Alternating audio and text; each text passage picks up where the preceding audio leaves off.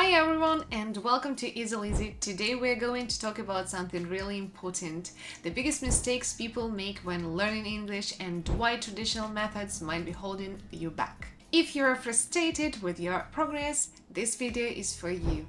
And probably one of the common misconceptions is that people think they need to study English. I say don't study English, live English. What does studying mean? How do people usually approach this process and how do they perceive studying?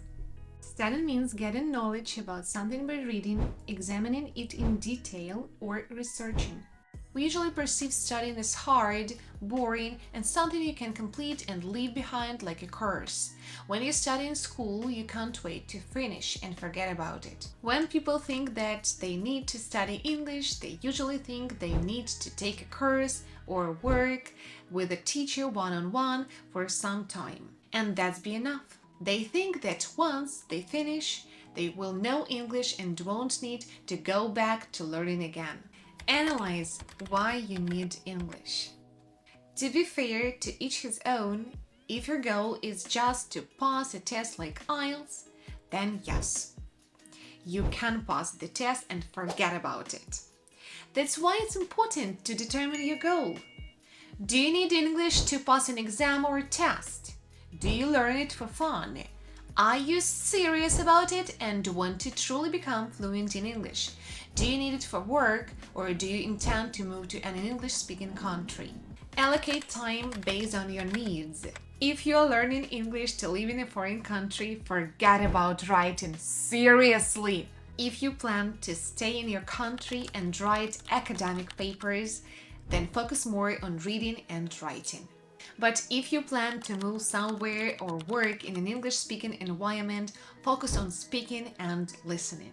For example, when I lived in the UK and 80% of my time I spoke English. Therefore, I dedicate 80% of my time to speaking and listening and only 20% for writing and reading.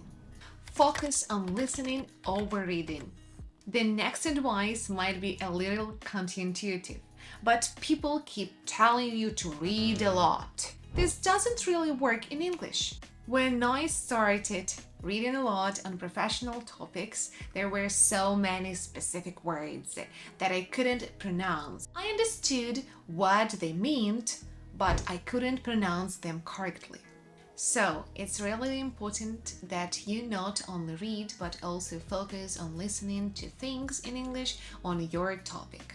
This way, you learn how to pronounce words correctly. For example, when I started having stomach problems, I began reading many articles about my condition. But when I tried to talk to my doctor, he didn't understand me because I was pronouncing the words incorrectly. I realized I should have listened more instead of just reading. Don't translate word for word. Sometimes you are tempted to translate a whole phrase when you don't understand a word. Don't do it. If you're reading a book and encounter a few unfamiliar words per paragraph, let them pass by, if you still understand the context and the general idea. This advice is really useful if you're about to take an English language test like TOEFL. Tests often use difficult words to confuse you, but the questions relate to the general idea, not those specific words. Forget about perfect grammar. Trying to be perfect in a language slows you down. Your brain gets overwhelmed if you try to make everything perfect.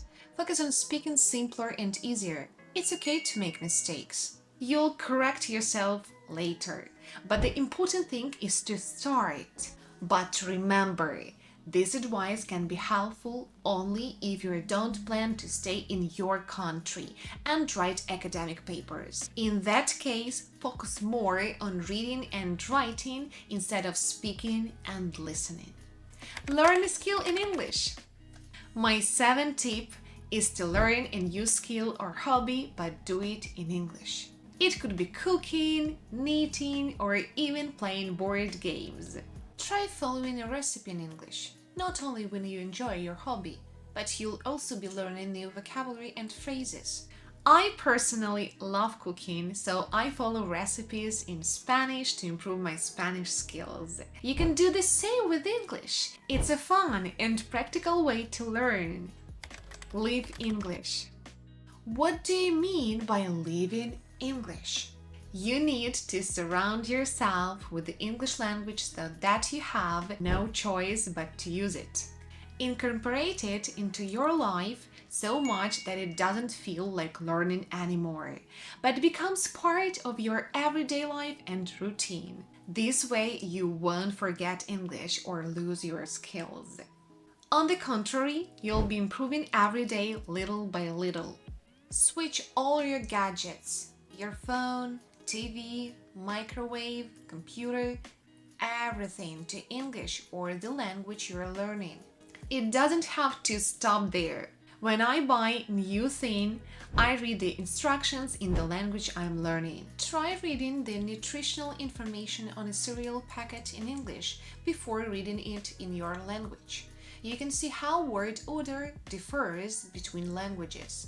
Combine learning with other daily activities. For instance, you can listen to English podcasts or watch educational videos while commuting, cooking, or even doing your hair and makeup. This isn't groundbreaking stuff, but it's a nice way to incorporate English into your daily life. Educate yourself. Don't wait for a teacher to tell you what you need to know. Remember, the key to learning English is to make it a part of your life. Immerse yourself, enjoy the process, and keep practicing every day.